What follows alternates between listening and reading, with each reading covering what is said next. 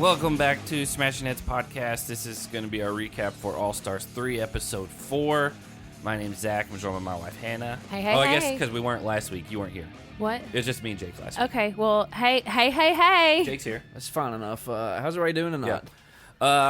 This episode is a... You got really rattled on that intro, didn't you? No, I just was He thinking... cut me off I was just thinking ahead. in my little how's everybody doing tonight? Right. I thought you said in my little house he cut me off. It's not a little house. Well, Be braggadocious. But again, No, I mean like it's a fixer upper. we did Boys Night last week. Talked a lot about Saved by the Bell. I've never seen Saved by the Bell. Which is what I said. I didn't think she'd ever seen it. Did you make her start watching it yet? No, not yet. I don't have time for that. Oh, is this like a Sonic thing all over? You just like... No, I'm not opposed to Saved by the Bell. I don't have time to watch TV outside of what we're doing here. Well, she says that, but then we watch a bunch of stuff on YouTube and things like That's that. not TV. We're a little couple days behind as opposed to last week. Just because we just had a lot of random stuff going on. Don't typically plan to record on Saturdays, which is what's happening right now. It's Saturday afternoon. It's a beautiful day. It's pretty outside. The sun is shining. Yesterday was cold. Heading into Memorial Day weekend. Thank you for your service. Those have Memorial Days are for the ones that for have those died. that have sacrificed your lives. They're not listening. I hate to break it to you. Good. Their spirits live on and might be listening to our podcast. You don't know. So you can't prove that they're not. We always try to wait until like the night before we record or like the day of we record, at least us personally, to watch the episode so we don't forget stuff. So it's kind of hard to try to not see anything that happened this week. But luckily I was able to avoid all that. Before we get into the episode though, we always say at the top of the show is if we remember smashingheadspodcast.com /store is our merch store, and then at Smashing Heads on Twitter and at Smashing Heads Podcast on Facebook and Instagram.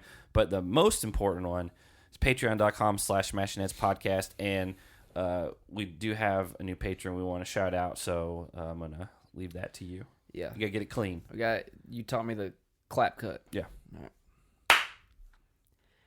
Hey, Angela. How are you doing tonight? I think that was pretty it's technically the afternoon. Right.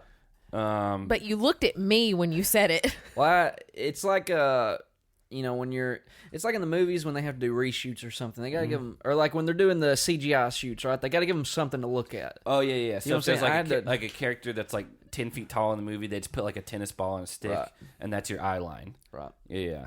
Because otherwise they'll be Yeah. Jet Li's The One was famous for that. Was it? I never saw that movie. It's pretty fun. It's one of those. It's bad, but it's fun. They did that a lot in like Marvel movies and stuff where people are bigger or whatever that they'll. Ant-Man.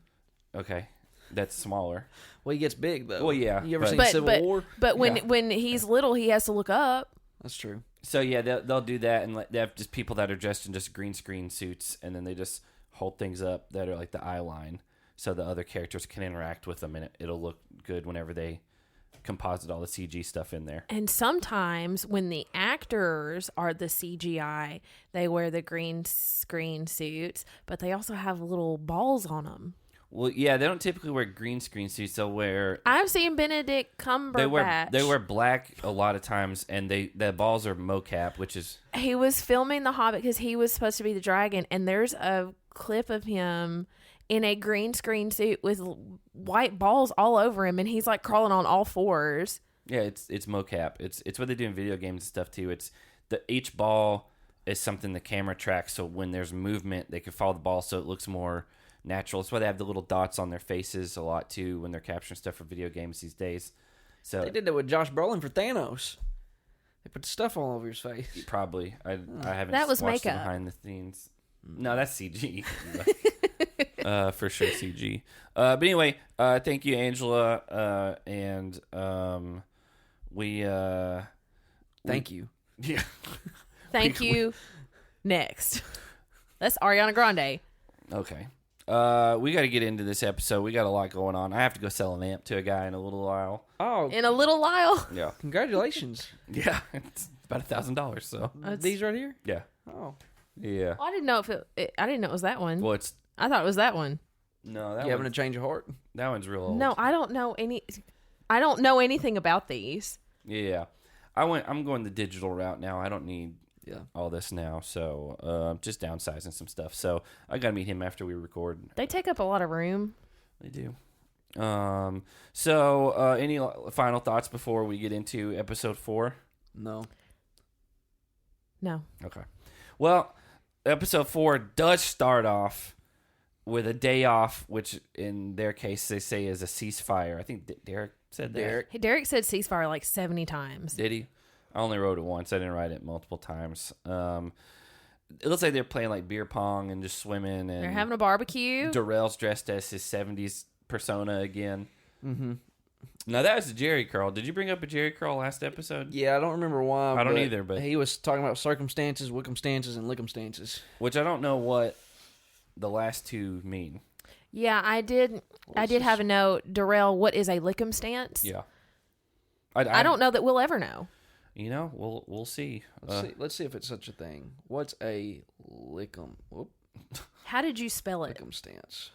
Because that's how I spelled it. Lickumstance, I would assume. I circumstance. spelled it Lickem stance. But you don't spell circumstance that way. But when you're saying lickum, I get it, but I'm just going off of this. There's no right answer because it's not a word. in that case, there's no wrong answer. It's just taking me to circumstance. Yeah. It's like, oh, this guy's really dumb. He just doesn't know how to spell. So Brad thinks he might want to use his sabotage on Darrell. On MJ. He said he wanted to use it on MJ. I wonder if Darrell was on the screen doing that stuff, and I just wrote his name. He again, when you got that look going on, it pulls your attention. Right. You can't think about anything else. Yeah. It's a good look. He should do it more often. Well, he doesn't have hair in real life. No, but he has that wig. That's true. I mean, that's much easier than having real hair. You just put that on. You don't have to wash it. I mean, I don't know. I've never had a wig. Yeah, I don't know. I don't think we're qualified to talk about that. So we do kind of get the first confirmation of Nia and Jordyn. Mm-hmm. My answer from a few weeks chemistry. My answer from a few weeks ago finally came. Your answer from a few weeks This ago? is the answer to my question from a few weeks ago. I asked if they were together when they went on that trip. They took a picture on a boat together, and I wondered if they were together then or if they were together now. And she said in a confessional that they have never acted on their chemistry before. So definitely they have been strictly friends in the past. But she kind of insinuated that strictly friends was going to be a thing of the past. And they're moving forward. What a turn. Because in the real world, Portland, which I haven't watched, but I've seen a lot of clips from, hated each other, fought. She got kicked off of a season for belittling and sexually assaulting him. And then now, just shows you never know how things can end up. People can grow. People can change. People can go from enemies to lovers. That's always been like a movie thing or a storybook thing, but we're seeing it in a real life thing. That was a song they used in Ted Lasso. I reckon why it's been such a conscious effort on their ends to just not touch each other. It has to be, right? Like it's so easy to just like, but maybe let's just do it. But maybe that's heightened the sexual chemistry. So you think they may have went about it like, let's just build this bad boy up? Yeah, they're like for years. Yeah. Or maybe they didn't think that the other one felt it because they're like looking at our hostile past. There's no way they're that both changed a lot. Even they have. Jordyn not as much from what we've seen from Nia so far, but even Jordyn is calmer than what he was before. He's more cowboyish. I like the new look. Well, again, we find out in this episode he grew up in like small town Oklahoma. I thought you said Ohio. No, it was Oklahoma for sure. Oh. They keep saying throughout this episode that they have sexual chemistry, and I was like, that's got to be a phrase that they've like coined. Well, not coined, but like that they've decided that like, that's what we're going to call it. They just like each other. Is this a situationship? I don't know. I don't know. Yeah, that is a thing. That's a word now. Are you aware of that, Zach? Situationship. I mean, I can gather the context of it. What did Jada Pinkett Smith call it when she cheated on Will Smith? An entanglement. Entanglement. I almost said embezzlement. It's less than a relationship, but more than a casual encounter or booty call. A situationship refers to a romantic relationship that is and remains undefined. See? Well, here's the thing. I think it's more than that because... Well, here's what it says, Han. A situationship is that space between a committed relationship and something that is more than a friendship. Well, she was talking to someone... Nia was talking to someone later in the episode where she said, I am emotionally invested in him. Yeah. And she said she wouldn't know what to do without him. Jordyn... kind of reminiscent of when he was engaged to Tori, a lot of his driving force to stay in this game and to win and to do well is to be able to protect her in the house. Yeah, we'll get to those parts later because that's further down the episode. Before we get to the daily, I have another question. I've got a lot of other stuff to talk about. Okay, well, I have another question for Darrell.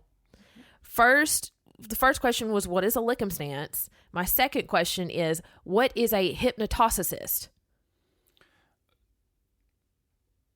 I'm just leaving that in the air because I don't have an answer for you. You're asking hypothetical questions to someone who can't hear. You said it's a question for Darrell. Yeah, because Darrell had another confessional where he was talking about, well, you got to hypnotize me. I need to see a hypnotoxicist. A question for Darrell. What's a hypnotoxicist? It's not a press conference. He ain't here. So Kayla and Sylvia don't want Kellyanne in a final to talk about when to target her. That kind of seemingly seems to set up some stuff going forward. They also talk about they need to target Kendall and Kellyanne because they're a duo, but they don't want to say that's why because then that puts a focus back on them as a duo.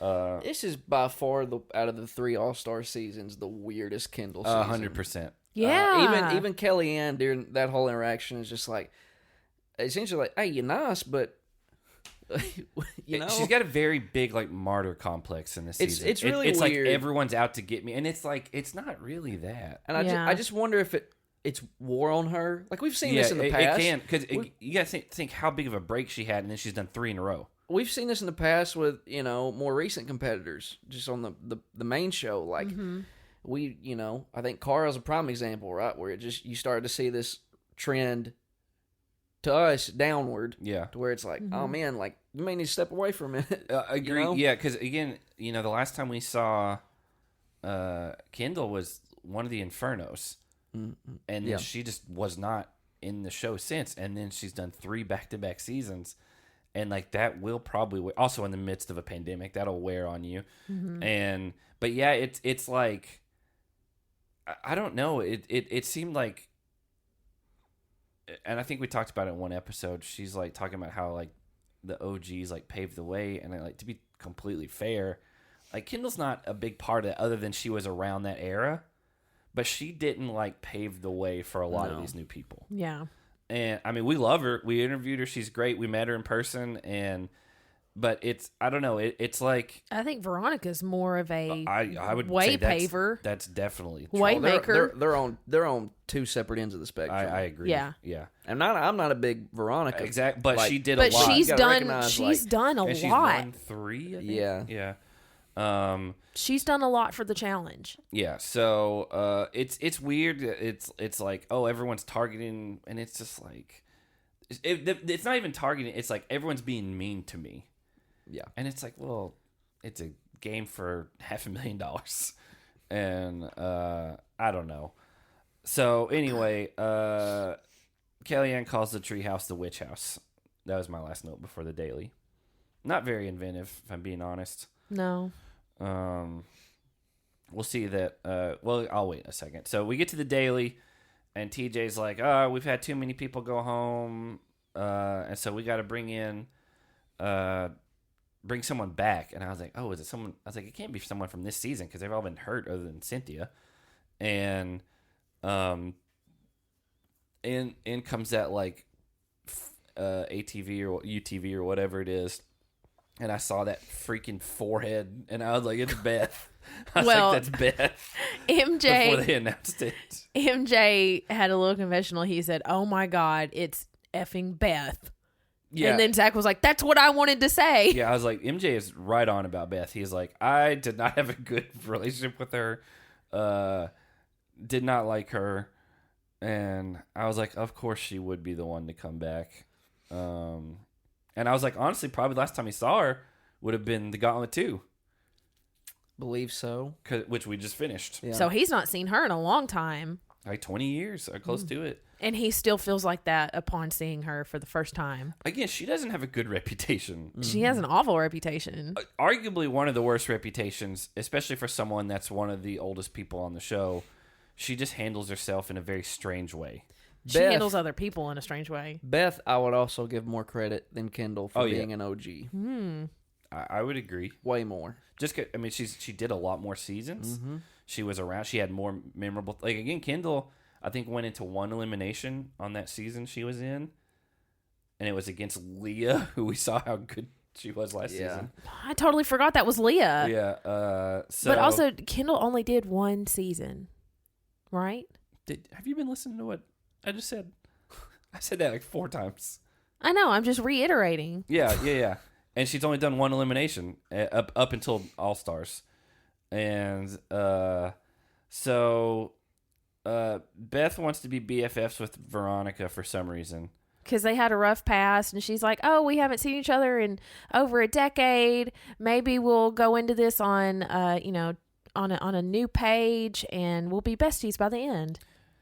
Yeah, we'll get to the dual confessional thing later. Veronica, I saw on Twitter today, talked a lot about that, and she did not know Beth was coming in there with her. And so we'll talk about that in a minute. But TJ at the Daily tells everyone to break into what he says teams of 3, and everyone kind of pairs up with all their friends, and then it turns out you're competing against each other. Mm-hmm. And it's called High Stakes.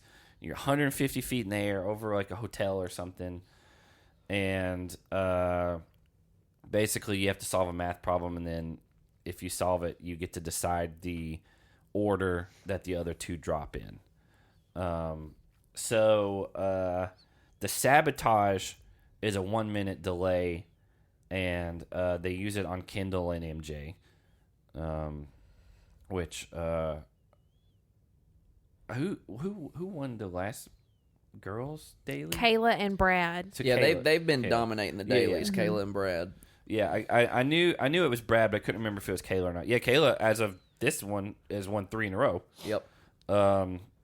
So in Heat 1, it's Mark and Yes and Derek. And honestly, the smart money would have been on Yes because he's an architect. He deals with math all the time. He also said he would probably pay $100 to do this daily.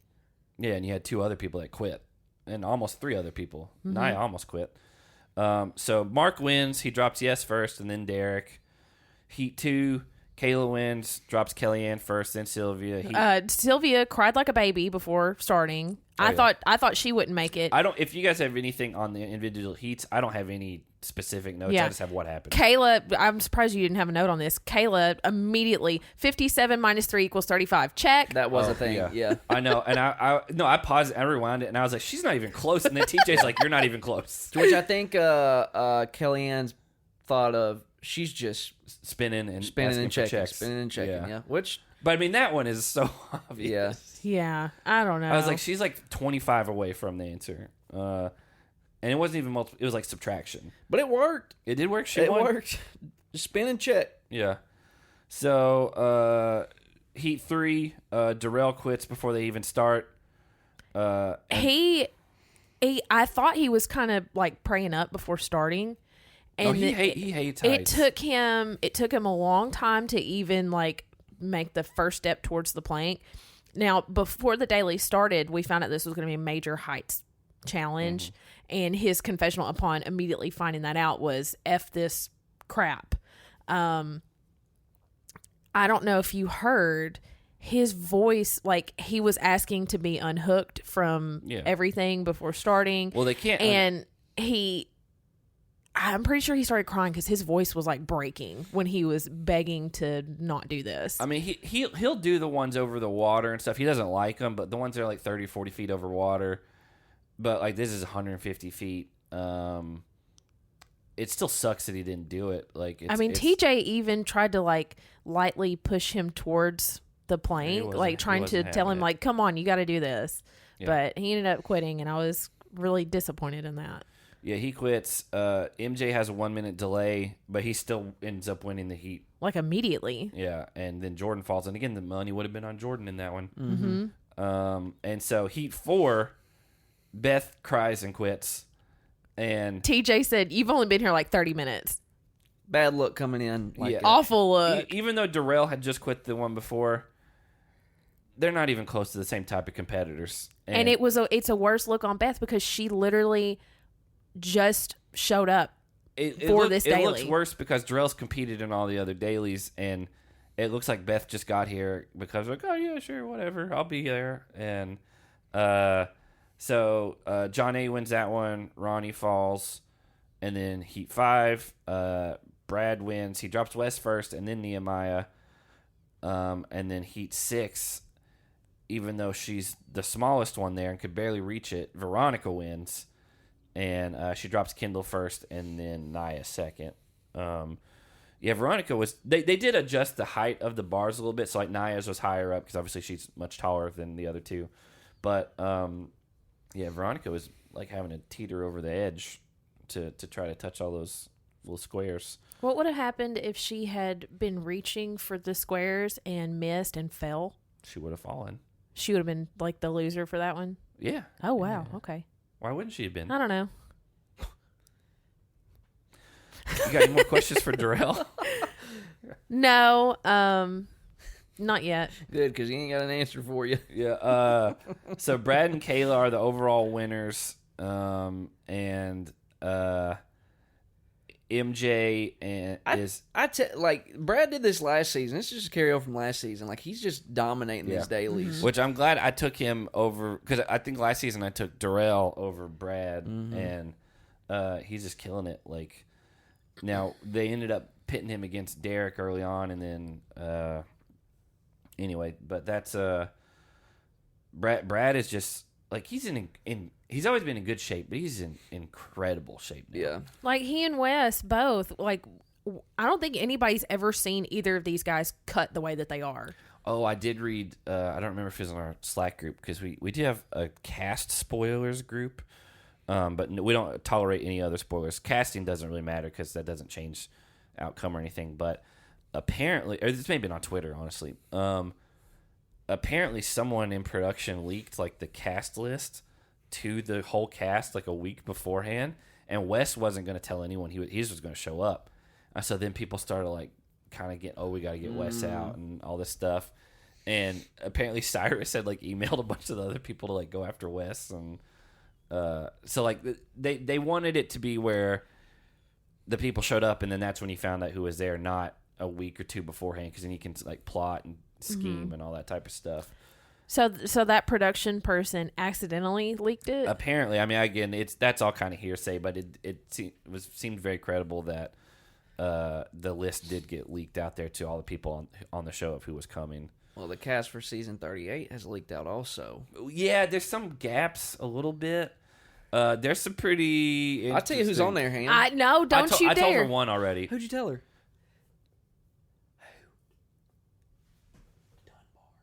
Dunbar. It's Dunbar. They brought back Dunbar. What if it was?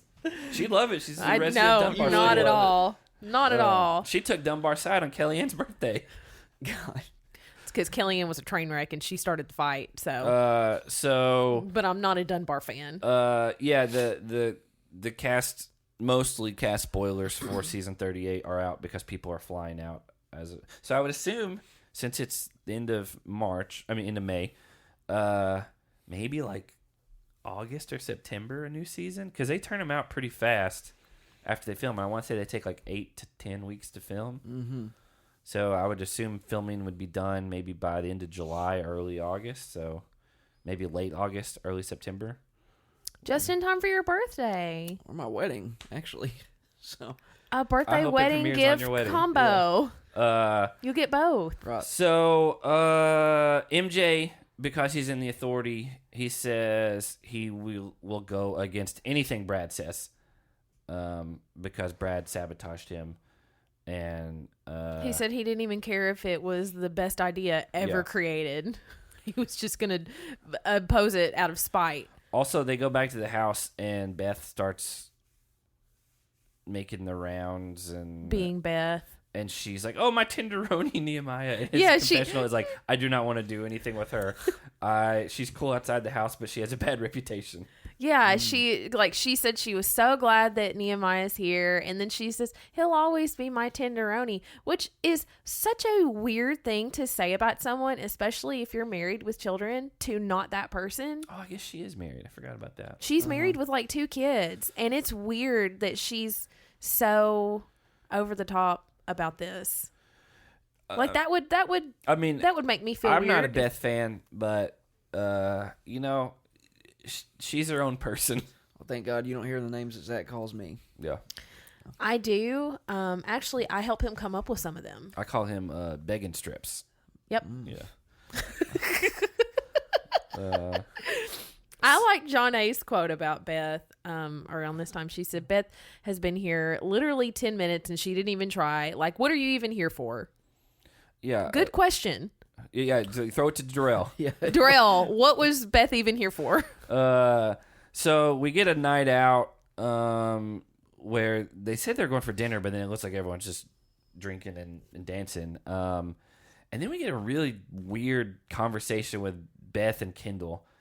And it's like, again, like very defensive. I don't know. Kendall's just whole aura on this season is strange. And it's like she's like teaming up with Beth because she's like, all these mean girls are out to get me. And it's like, well, Beth even encouraged it because of course. It was either right before or right after she tried to move into the treehouse room. And, Derek's the only guy in there. And he was trying to talk her out of it, and she like took the top bunk, and he's like, maybe you don't want the top bunk. And like they all were clearly making it obvious that they didn't want Beth in there. And finally she gave up and moved in to Kendall and Darrell's room. Yeah.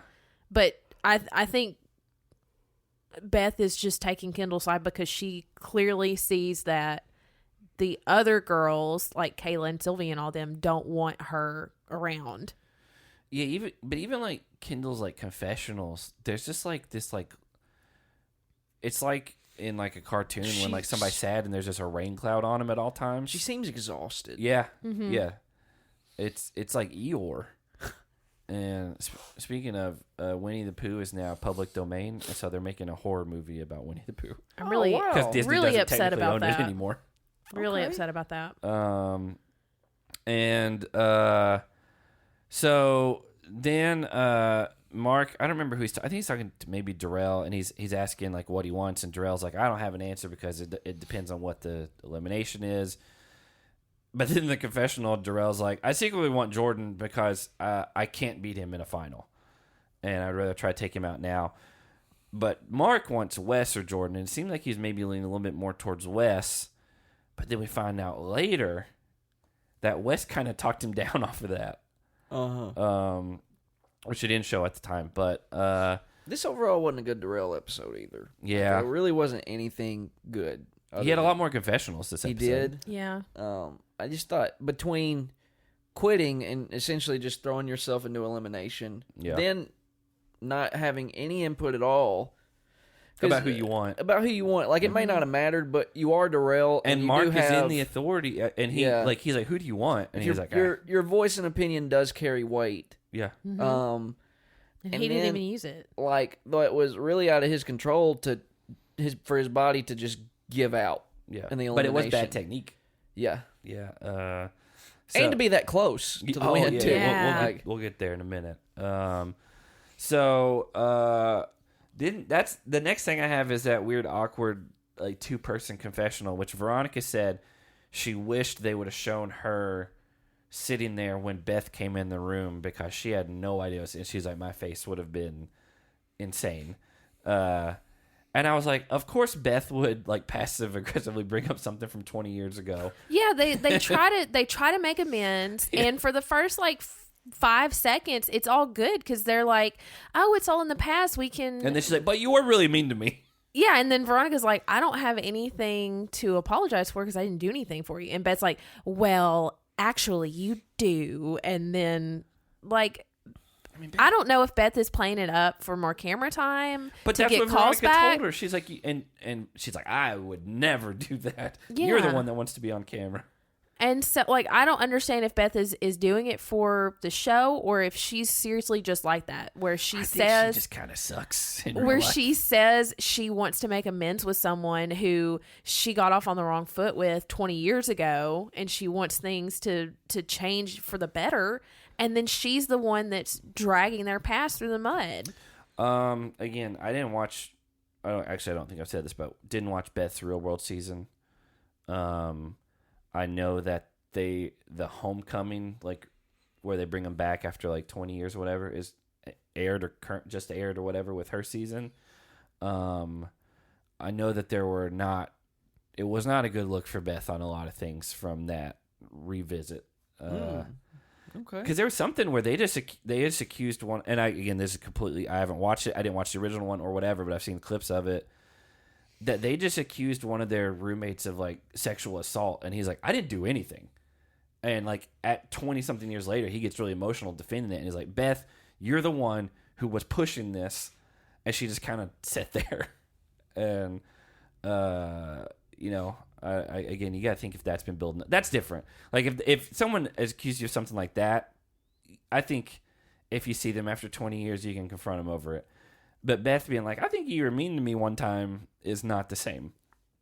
And Veronica was aggressive in the past, but Beth was also like going out of her way to be the wicked witch of what she said. I don't know how many times in the gauntlet, and like, oh, these people hate me, but I love it. And I don't know. So then Nia and Jordyn hook up, and you see things happening down there. Hannah didn't because she didn't have her glasses on, but I was like, it was happening. My eyes are too pure. She was probably just coming up with the next question to ask Darrell. Yeah. How are you doing, Darrell? That's your question. That's true. So we get to the authority, and Mark immediately wants Jordyn, and I was like, well, that's kind of a change. And then basically everyone else in there but Brad is like, I don't trust Wes. We need to go after Wes. Yeah, MJ brings up Wes, and then Kayla's like, you're right, I don't trust Wes. Yeah, and Veronica's like, I don't want to see Wes or Jordyn in the final to win this thing. And I was like, well, it's going to be Wes then. And then we get a throwback to where it's like Wes and Mark talking the night before, and he completely flips Mark on the idea of go after Jordyn and not Wes. And Mark's like, we'll have a chance to get Wes another time. Mm-hmm. And which is so crazy. So they pick Jordyn and Kendall. And then John A. and MJ are like, well, Kendall tried to have a talk with us right before, like as we were walking into this meeting. Yeah, I didn't. And I forgot it was that. What a weak conversation on Kendall's part. Like they showed the clip and she walked up to them. She's like, you guys aren't going to say my name, but it wasn't right? Like, you're not going to say my name, right? Again, and MJ's like, if anything, I have the right to say your name, and she's and like, I yeah, should. You're right, but will you not? And I was like, that's one of the weakest like political moves I've seen in a while. But it's so in line with what she's been this season. Yeah, where it's just I don't know, something I don't know. I don't know if it's just a combination of just the 3 seasons and the toll. I know that she's dealing with some medical stuff that she hasn't come out and really said what it is, and that could have been. Again, like, not trying to like be down on her at all. It's just like it's not what we've seen before. Well, and anybody listening has to understand we're speaking on the context of the show. Yeah, this is not a matter of like her, actions in real life or like. I'm fine if people think that I don't like Beth. Yeah, whatever. But Kendall's different. We're actually fans of Kendall. In the context of this season compared to the first 2. Yeah, and even the Inferno. It's weird. Yeah, it's something was off this season. Yeah, I think it could be. It's just like, man, it does wear on you to be in this like superficial environment where everything is double-sided and like people are, plotting. You get kind of paranoid. We've seen it happen before. It's like she's got a second persona, and the first two All-Stars, she was herself and she was dominating. She was really doing really well. And then this season, she just like has been a totally different person. Was overall just locked into the game. Yeah. Not this season though. And she, I don't know. It just seems like she didn't really care that much about being there this season. Kind of like we saw, not same way, like we saw Nehemiah be a totally different person on All Stars 2. Well, Nehemiah's a different person this season than he was last season for yeah. sure. And has way less camera time because of it. But yeah, in a different way. It's just, I don't know. It does seem like it almost seems, even when she loses the elimination, like when she's like walking out, it's like, oh well, the whole world's against me, and like I don't know. It was just weird. Well, so the authority made the vote. It's Kendall and Jordyn. They go to tell Jordyn, and he's like, "All right, let's go." Which that's just how you expect him to respond. He kind of expected to be voted in.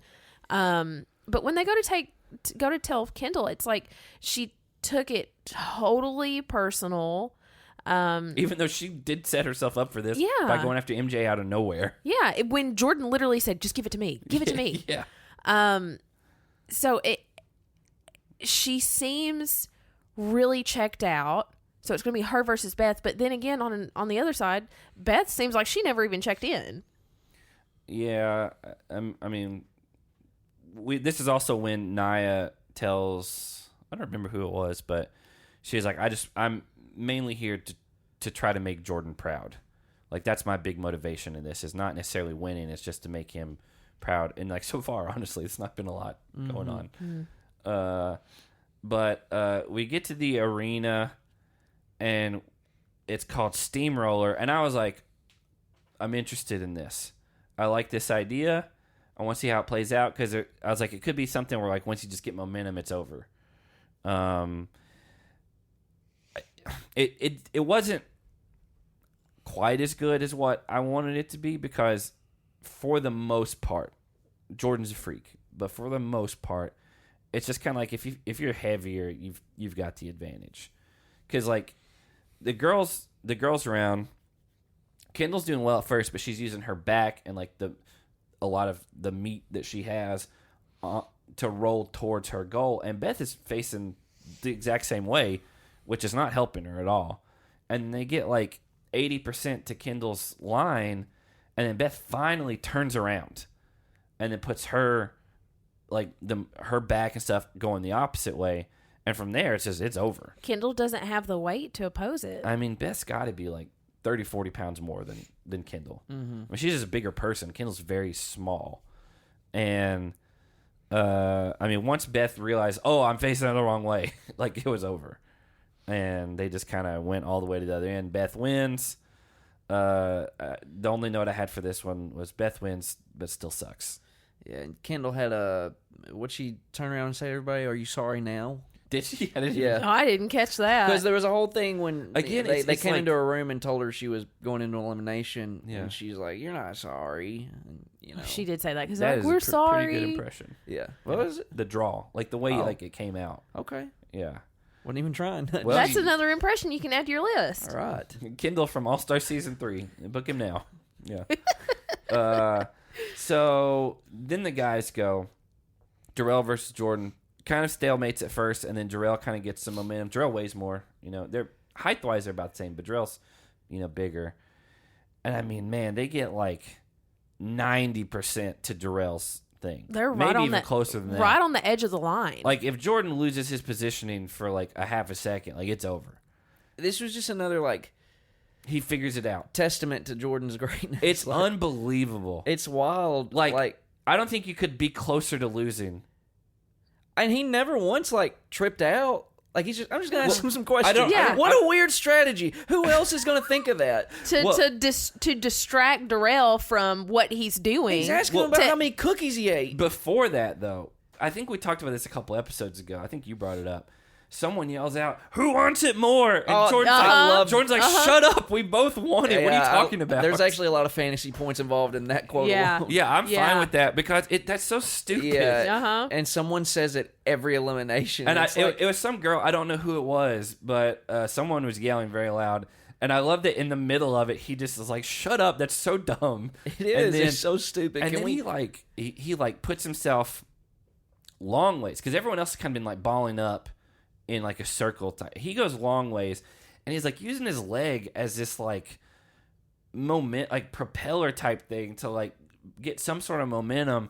And then that's when he locks in. He's like, "We're just gonna be here," and he's like, "We're not going anywhere. I'm gonna tire him out." And he had a good quote. I'm gonna ask him questions. He said, "If we're not moving, that means I'm not losing." Yeah, I mean, like, I've never seen someone on this show be so stacked like against in odds on eliminations and just somehow figure a way out to win. I mean, he didn't know Darrell's legs were going to fall apart, but he knew, I'm going to make him tire out. And Darrell, because they have that in the middle, you can't see each other. There's a big red wall, like, so you don't know what the other person's doing.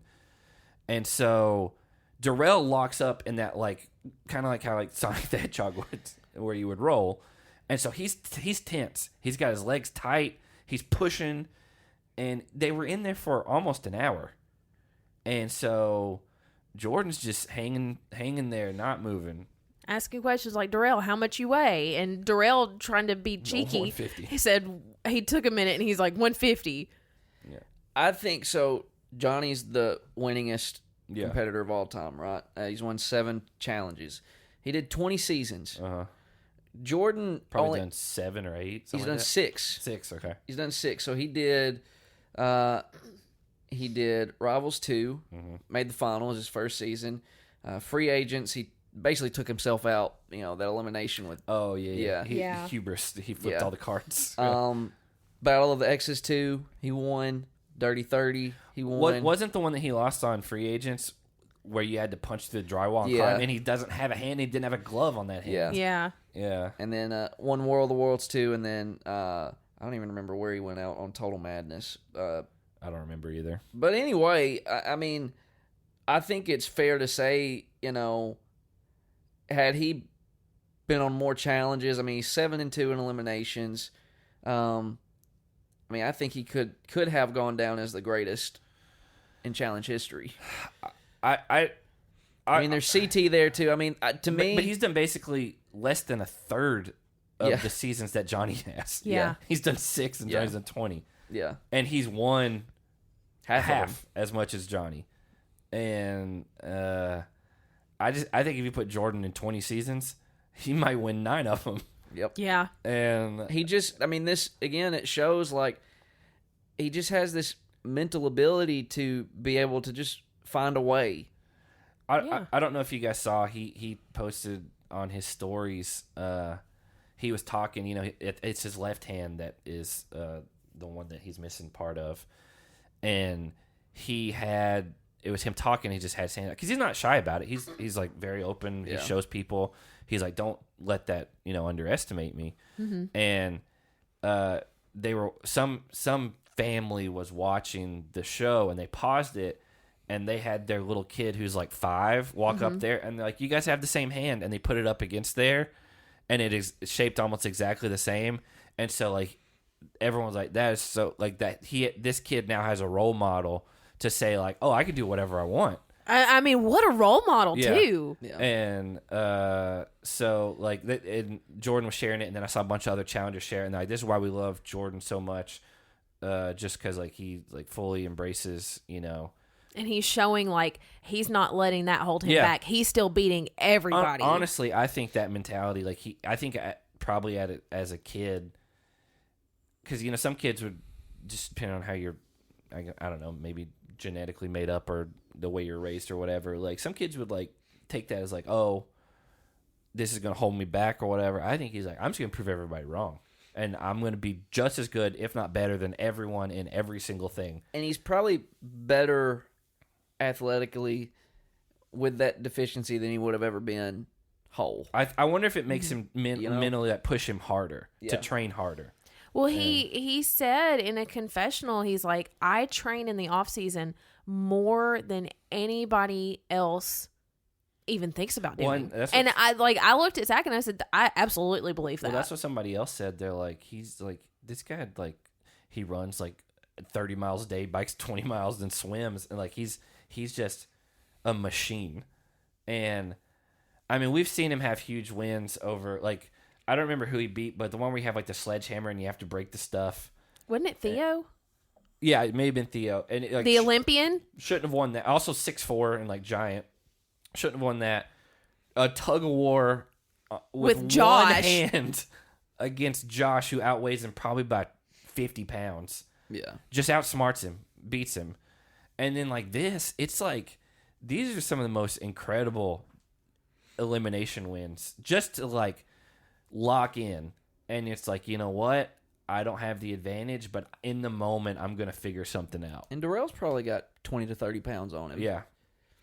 And just to be able to, when you're like, it's almost like a video game, like a movie thing, where they like script something to where you're about to die, and then at the last second, you figure something out, and it's just like every time he does it. Mm-hmm. And he admitted before this, he's like, I am nervous. He's like, Darrell's really good. Mm-hmm. And he's like, I would be lying if I wasn't. And so not only does he get an incredible win, but also he shows incredible sportsmanship. Yeah. He wins, and then he looks over and sees that Darrell is hurt and immediately runs to go and try and help him up. Well, and he also like does the thing that like MMA fighters do, where he just kind of like kneels down and just kind of watches, not yelling or like celebrating or anything like that, just seeing what the medical team's doing. Because I mean, Darrell like pulled himself out and then couldn't walk and was telling people not to touch his legs and had to be like stretchered off into an ambulance. Do we know what happened? Like, is anybody? I guess he just pushed his muscles to the point of failure, like completely. Because TJ's like, they're taking him, he's going to be fine. So I would think there's no structural issues. I think he was just locked in, like with his legs curled up like this, pushing so hard for 45 plus minutes that he just pushed him to the brink of not even being able to walk anymore. Thought he had to go to the hospital. Mm-hmm. Again, this is, even though Darrell quit the daily, this is different. Yeah, no. I mean, he locked in for an hour, yeah, and then his body just gave out. Yeah, and again, he was going against probably the one guy in that group that if you got him that far down, could hold on and figure something out. Because I think everyone else would have just been like, it's over. Like, he's, I'm going to use my strength. But again, Jordyn, it's every time, it's unbelievable. Yeah. It's crazy. And everyone in that house should be terrified if he makes his final. That's why he's my number one pick. No, I wasn't opposed because Jordyn is he's the great. first pick out of the draft. I think, to be fair, Nia was your second one. Yeah. But she was also what? Uh-huh. She was also the 6th pick overall, right? Yeah, and then Latarian was the 7th. Well, whatever. Jordyn's first pick overall, my number one pick. I mean, I stand by my it. number one pick has been kind of laying low. Like, Wes has been laying low for the most part. Y'all still hated on the Kayla pick for number one, but buddy, she's been working. No, I didn't hate on Kayla pick. I thought Cyrus at 3 was. I thought Kayla at 1 was a reach, but I would have taken Kayla when it came back around to me. Yeah. But it's I don't know.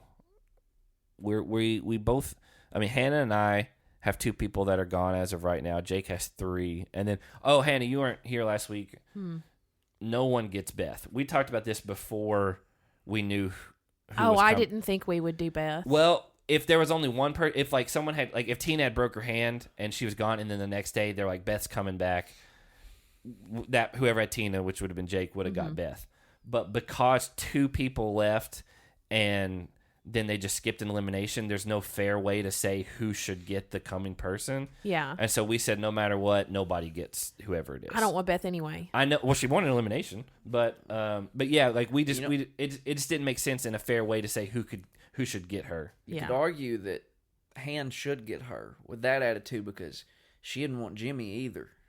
So we may as well just give her someone she don't want again. No, it's on the record from we did say Jimmy was the last pick. I know, but we did say that nobody was getting her because the fact that Jimmy was the one who left doesn't have anything to do with it. But I don't want Beth. I'm fine. It's decided. We decided it already. So yeah, I'm good. I'm good with that. I think that makes the most sense. Yeah, because if they would have said, if TJ would have said, this person's coming in for Jimmy or this person's coming in for Tina, then it would go to one or the other. But that's not what happened. Superlatives. Who smashed heads? TJ by bringing in Beth of all people. I gotta say that is not at all who you could give me like 10 people. I would not have said Beth. TJ smashed the whole house's head. What about you? I'm gonna give it to Kellyanne. We got more. She was loving on the dogs again. Yeah, we love the dogs around here. Yeah. We do. For me, I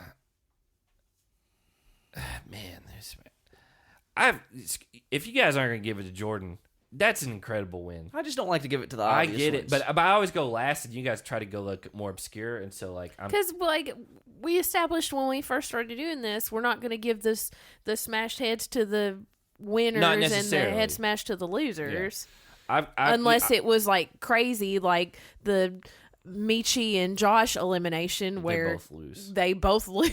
No, I just like if it would have been.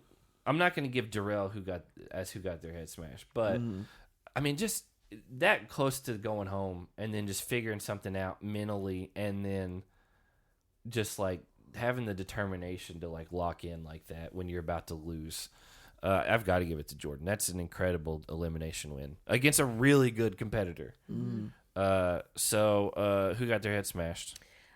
Darrell, the whole episode, he got his head smashed by the heights, and then he cried and then quit, and then his legs got smashed in the elimination. By the way, I don't believe he ever cried, Han. I didn't see that, so there was definitely like a nervous laughter. I heard a strained, broken voice saying he can't do this. I didn't see him cry, but I mean, I don't know. Not cry like Sylvia, but I think he was like, I think he was fighting it. Well, you okay, man? You're just making a lot of noise. Am I? You think it'll pick it up? For sure. Okay. Well, I'm going to give it to Kendall. Yeah, that was my pick. It's just, I don't know. Something wasn't right this season. Yeah, that's, I that was my pick, but you can have that. I'll change mine. I'm going to give it to Beth because screw you, Beth. But yeah, that's mine, I guess. Honestly, mine was Kendall because it's just like there's something going on. Something's off there. And so what about superlatives? I'm not superlatives, but we've been picking video games. A video game every week. By the way, feedback from your pick last week. You weren't here. What was my pick last week? Some weird Star Wars fighting game. Oh, I think it's like we never played it. What's the game that you guys play? Tekken? I don't think either one of us play Tekken, but no. What's the one with the? It's a one-on-one fighting combat martial arts. I mean, he video plays game. Mortal Kombat. It's a lot like Mortal Kombat. I don't play any of those. Except it's Star Wars characters, and it's so that was one of the first games I ever played growing up. One of our and I would get really into it. What was the name of the game again?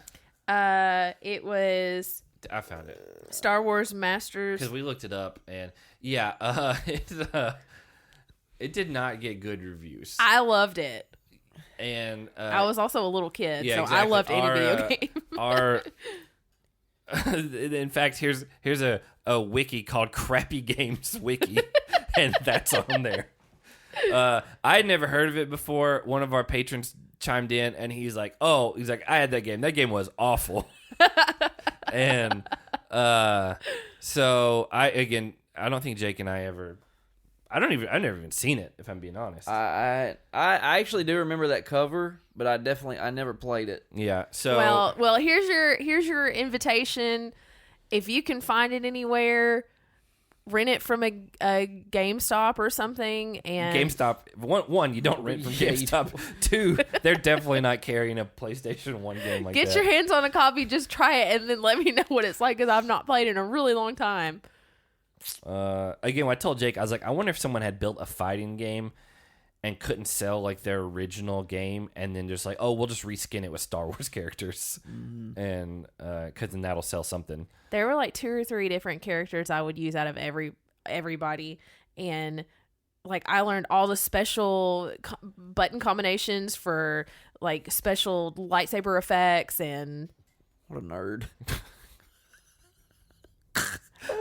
You guys know the story. I didn't grow up with a lot of video games, so what I had, I just got really into because I didn't have access to a lot. The first 2 video games I had were, we had a Nintendo Entertainment System, and we had the first Mario ever, and then we had a Bible game. Oh, of course you did. That was like, it was split up into 3 different things. And your video game nerd does a thing on that. Does he? Yeah, he does. Okay. One of them is you are Noah. Yep. And you have to jump on top of animals, and then it flips them upside down, and then you pick them up. Yeah. And then you have to jump on platforming to get to the top to put them in your ark. Yep. And then if you don't do it, fast enough, they like wiggle free and jump off.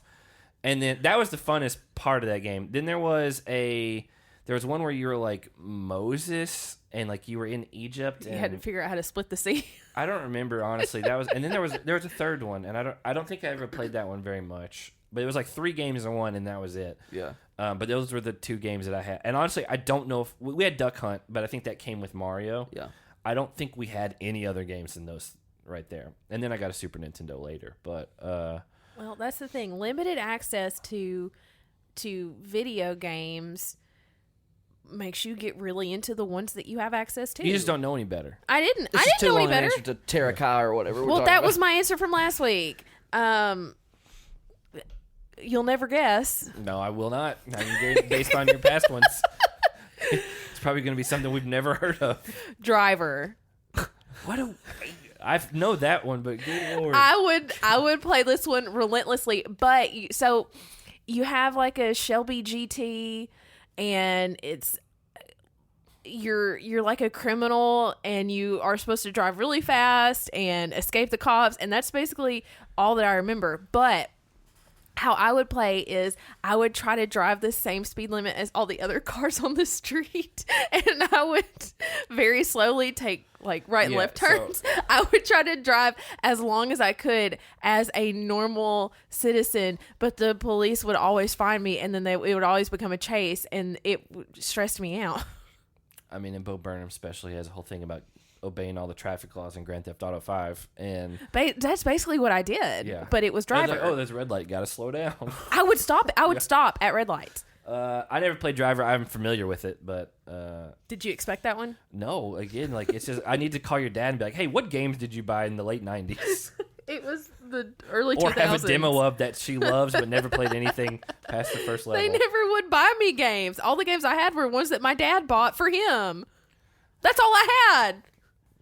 What's yours? I'm going with what I think are some of the greatest superhero games of all time, and that's the Batman Arkham games. You gotta pick one. Specifically Arkham City. That's the second one. That's the one you gave me. Yeah, and couldn't get into it. Yeah, and I don't understand that.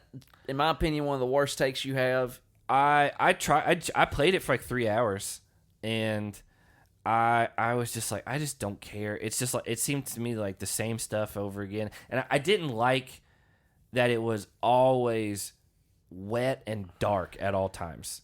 Like, and I didn't like the Riddler clues that were everywhere, like that you were hidden and all that stuff. I don't know, because I love the Spider-Man game, which is very similar, like as far as like the combat style and stuff. But I could not get into that one. I mean, I know some people love them. You're one of them, but I just couldn't do it. Love those games. I just think the story's super freaking cool. I mean, Mark Hamill's the Joker in it. Yeah. And I believe Kevin Conroy, legendary Batman voice from the animated series and stuff, and even like Arkham Origins, where I think it was WB Montreal did that game, and then the last one they did, Arkham Knight. Oh, Knight. It was good, but it was a letdown. I'm interested to see what they do with Gotham Knights. Yeah, that just got Is that a new one coming? It's a new one, but it's not Batman. It's like Robin and Nightwing and Batgirl. They did decide, hey, we're not going to put this on PS4 and Xbox One now. We're only going to focus on next gen, which is smart because then a lot of times when they split them like cross generation like that, you have weird bugs and stuff like that. I just for whatever reason, because I love that Spider-Man game, and I'm so excited for one next Spider-Man game with Venom in it, and then the Wolverine game more than anything. Yeah, because same company. So for me, I'm picking Red Dead Redemption 2. Expected. I loved Red Dead Revolver when it came out, but it wasn't open world. It was like linear levels. You played as 4 different characters, I think, and I was like, this is great, and I loved it. And then I kind of got out of video games as far as like story wise for a long time, and then I bought Red Dead Redemption on like a Black Friday sale, and I was like, you know what, I'm gonna play this. And I'd only been playing multiplayer because that was, I guess, right after like we played Halo all the time and Call of Duty, and we were only playing multiplayer. I wasn't personally playing any story games, and I played Red Dead Redemption, and it blew me away. And I was like, this is incredible. And then from there, I started buying all these old Xbox 360 games that I never played, like Far Cry 3 and like Assassin's Creed and just anything that I missed. Max Payne. No, I played those on the original Xbox. That's saying I used to play those, and then for like 5 or 7 years, I just didn't play any like story games, and that got me single-handedly back into video games as a narrative type thing, and that's my favorite thing about video games now is like really narrative-driven like single-player campaigns, so Red Dead Redemption 2 took all of that from 1 and just blew it out of the water, and the world is incredible, the story's great, the gameplay's amazing. I honestly may play back through it again because it came out in 2017 or 2018, and I played through it once and then I never did it again. I may go back, but it's such a daunting thing because it's like, oh, you got to put like 70 hours in it. Mm-hmm. But it is great, and apparently they're remastering Red Dead Redemption 1, but I hope it doesn't turn out like the Grand Theft Auto remasters they did that were terrible. So what's the difference in the original and the remaster? Well, one's not out yet, and the other one. You were talking about the Grand Theft Auto. What bad could happen if it's just a remaster? They hired like some companies that like did mostly like mobile games and stuff, and they were super buggy. Instead of just like upgrading the graphics, whatever, like they're super buggy. Like the honestly. The like textures and like the graphics looked worse a lot of times in the new version than the one that came out like 15 years ago, and it sold all like it was. I mean, people bought it still, but like it got awful reviews because it looked so bad. You think they might mess up Red Dead 1? I hope not. I think that they know that they screwed it up. I'm gonna see if remaster versus. I'm going to see if I can just pull up a picture of it so you can see side by sides. That's not as bad, but like it just didn't look good. Like it's so buggy, and people were very, very mad about it because the other ones worked. They just kind of looked bad because it came out in 2003 or something like that. So Red Dead Redemption 2, one of my favorite games of all time.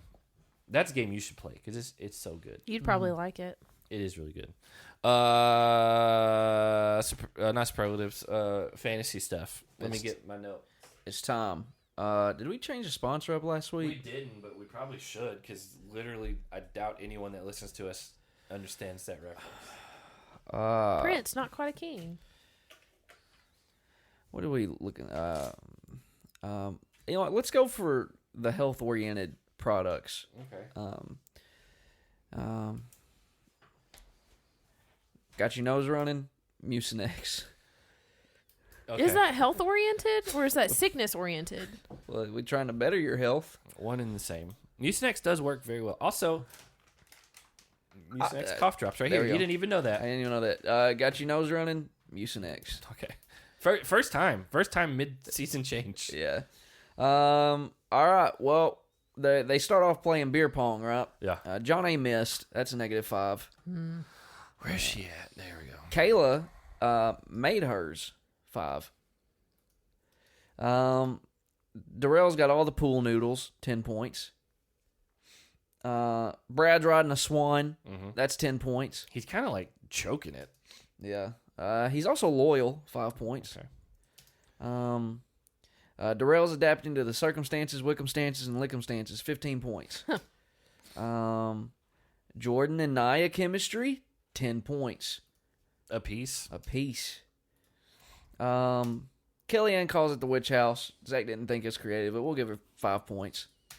Darrell needs to go to a hypnotosist, 10 points. When they all walk out to the daily, Wes just looks at TJ and goes, "Hey, you sick duck." But I didn't catch that. That's a 20-pointer. I didn't catch that either. That's like the first thing. I don't know. I missed it. I think I was just so blown away by Beth. Or maybe that was after, I guess. 25 points to Beth because she's back. So am I keeping track of Beth? Yeah, just in for case. posterity's Let's sake? say, don't some of our patrons use this? Yeah. So if you have Beth for whatever reason, I'll keep track of that. Yeah. Kendall feels like she's in a drought in the desert, -10. But Beth is the water, 10 points to Beth. I didn't really understand that analogy, but yeah. We got more hots for Darrell, -10. -15 to Kendall and MJ. They get sabotaged. John A's upset. -5. Hold on. -5 Johnny. Yeah. Okay. Yes would pay $100 to do this. A little weird. -5. We're gonna give 10 points to Mark for being the first to finish in his heat. By the way, yes, when he was talking about that, was dressed as like Indiana Jones meets like Dick Tracy. Right. It was weird. And I was like, sometimes I'm like, yes, he's a really cool guy, and then other times I'm like, he's kind of out of touch with things. A little introverted. Well, just like No, that's you're just a weird. No, that's not what introverted means. I know. It was just a weird choice. Well, -10 to him because he was the first to drop or to get dropped. Sylvia's questioning her life choices. -10. Okay. We've got selfless Kellyanne, 5 points. We're gonna give Kayla -15 for the 57 - 3 = 35. Yeah, that's bad. Yeah. But 10 points because she wins her heat. -10 to Kellyanne because she's the first to get dropped. Yep. -20 to Darrell because he just quits. Another -25 for losing. And -15 for going straight in. It's going to be a bad Darrell episode right here. Fantasy points wise. Did we do both of these for losing and going straight in? Yes, Okay. I went back and looked at that. Okay. You got to get extra negatives for just quitting. Yeah. Yeah, I agree. MJ wins his heat, 10 points. Let's see. Even with the penalty, 10 points. Yeah, I was about to say he almost deserves more. Beth feels like she's being executed, -10. -20 for quitting. -25 for losing. Oh. -15 for going straight in. Not 14, 15. John A wins the heat, 10 points. Then Brad wins the heat, 10 points. Wes is the first to go down, -10. Where's... Oh, man, I couldn't find Wes. We're going to give Wes, Brad, and Nehemiah 15 points for their bond. They've been involved in a bunch of weddings together. Yeah. Honestly, I didn't realize how close Brad and Wes were. I didn't either. Until this season. Oh, yeah, they're boys. Yeah. Brad encourages the kids to not do their homework like this. We're for anybody that's for the kids, 10 points. Well, he was a teacher at one point. Yeah. Nia is either going to vomit, faint, or pee. -10. She's back at 0. Yeah. Veronica wins her heat, 10 points. Kendall's the first to go down, -10.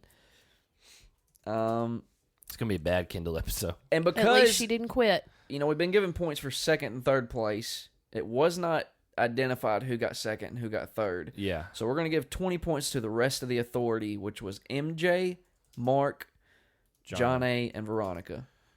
NJ, Mark, and Veronica. Okay. Did you get John A?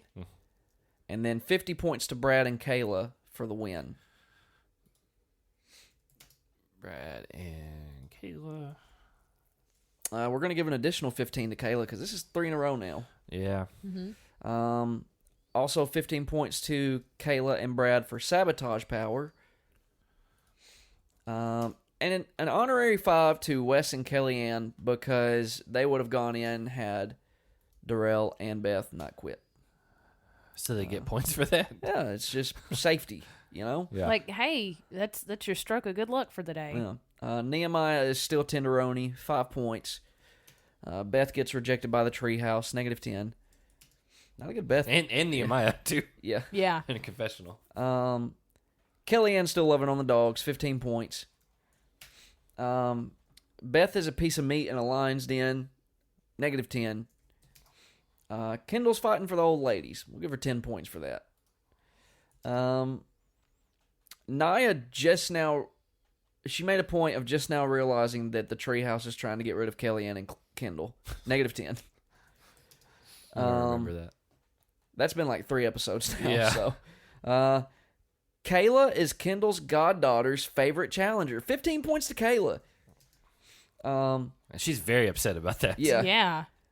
Beth and Veronica, we get a joint confessional out of both of them, 10 points. Little Spat, too, another 10 points. And we're going to give 10 points to Jordyn and Nia for their love session. During the meeting with the authority, MJ snapped his fingers and it was incredibly loud. 5 points. -25 to Jordyn and Kendall. They get voted in. Sad Nia, -5. I think she's at 5 points total right now. Yeah, she's 10, -10, -10, 10, -5. Yeah. Mark wants to see the girl squirm. 5 points. Let's see. We'll give 10 points to Mark for the quote. TJ, blow that whistle. When did he say that? It was a confessional.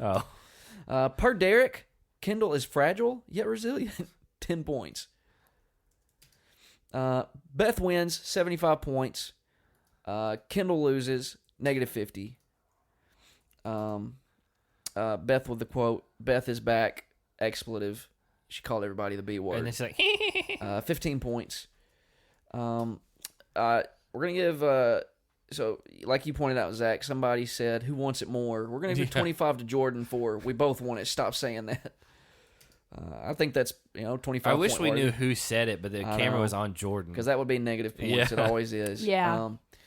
Jordyn runs 20 miles, box 50, and swims 10 for fun. Do you think that that's...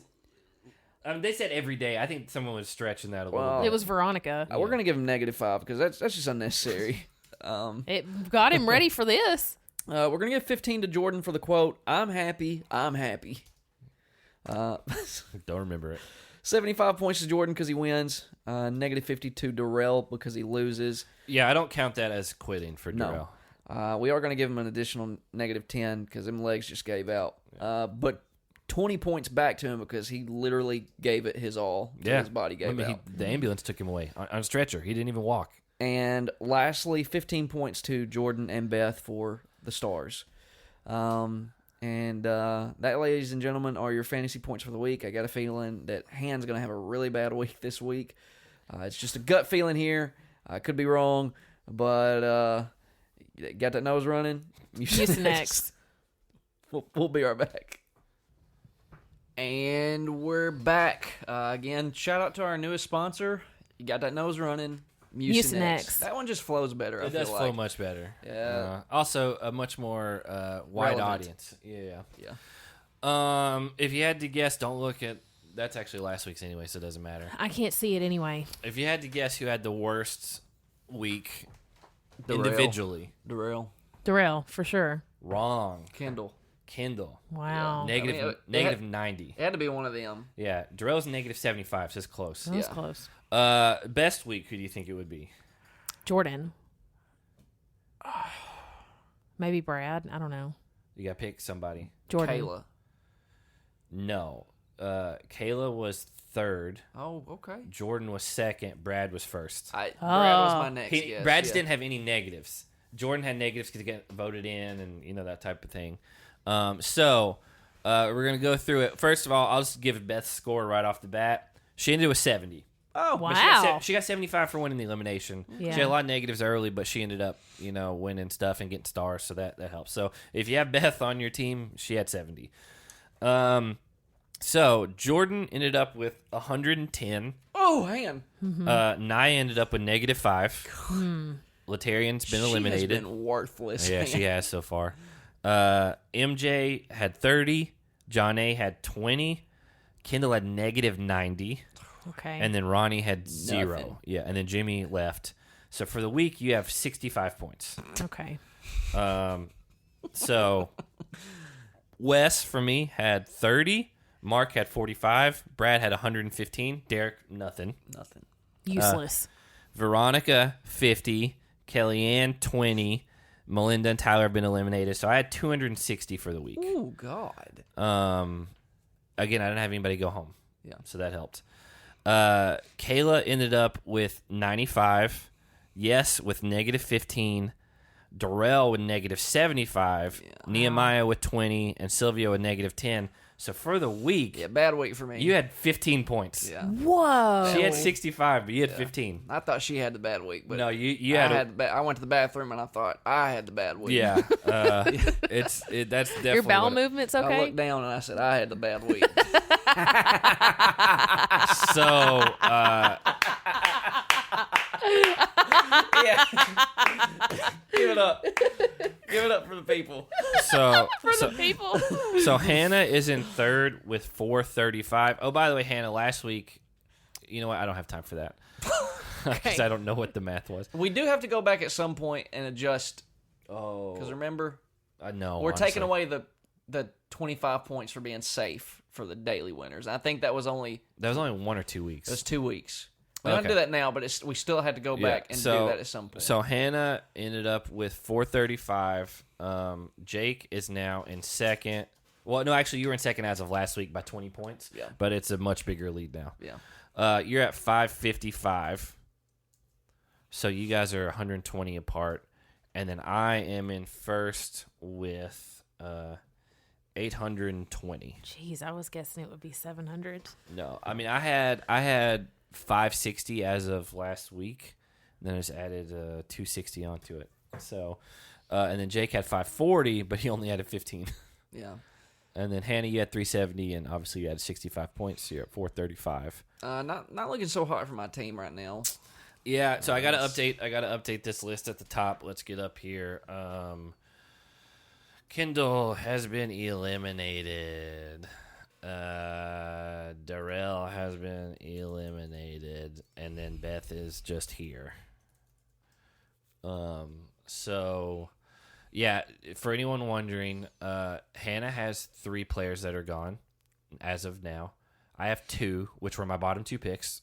That's worked out really well for me too. And then Jake has 4 that have gone home so far. 3 eliminated, 1 medical DQ. Mm-hmm. And your 3rd, 4th, and 7th pick and 5th pick was the one that's medical DQ. So you're really banking on Kayla, and yes. But I do feel like those 4 that are left are going to be around for a minute. Sylvia, I'm not sure. But she's protected. She's protected. She's by protected. Kayla, but I don't say that because I think she's one of the top female competitors. yeah, no, I agree with that. But if Kayla doesn't win or whatever, I think that could get slippery. Because again, like Kayla said, you don't want to point out that you're a strong duo. But I think people would be more scared to go against Kayla in an elimination than they would Sylvia.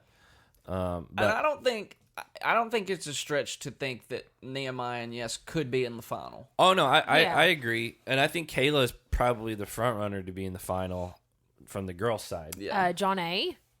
her and John A are the top 2. Yeah, but if you're putting them up against each other, just pure athletic ability, I'm picking Kayla. I understand, but I'm going off of the last 2 seasons that John A has had, I'm not arguing that. and she's been in the authority for the last couple weeks. So, for anyone wondering, Hannah has Jordyn, Nia, MJ, John A, and Ronnie left. I have Wes, Mark, Brad, Derek, Veronica, Kellyanne left.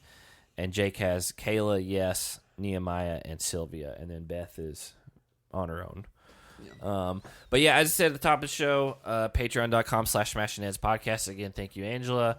And at Smashing Heads on Twitter, at Smashing Heads Podcast on Facebook and Instagram. And hopefully the next one won't be on a Saturday. We like to do them sooner. It's just this is the first time we could get together and do it. So until then, have a good night, everyone.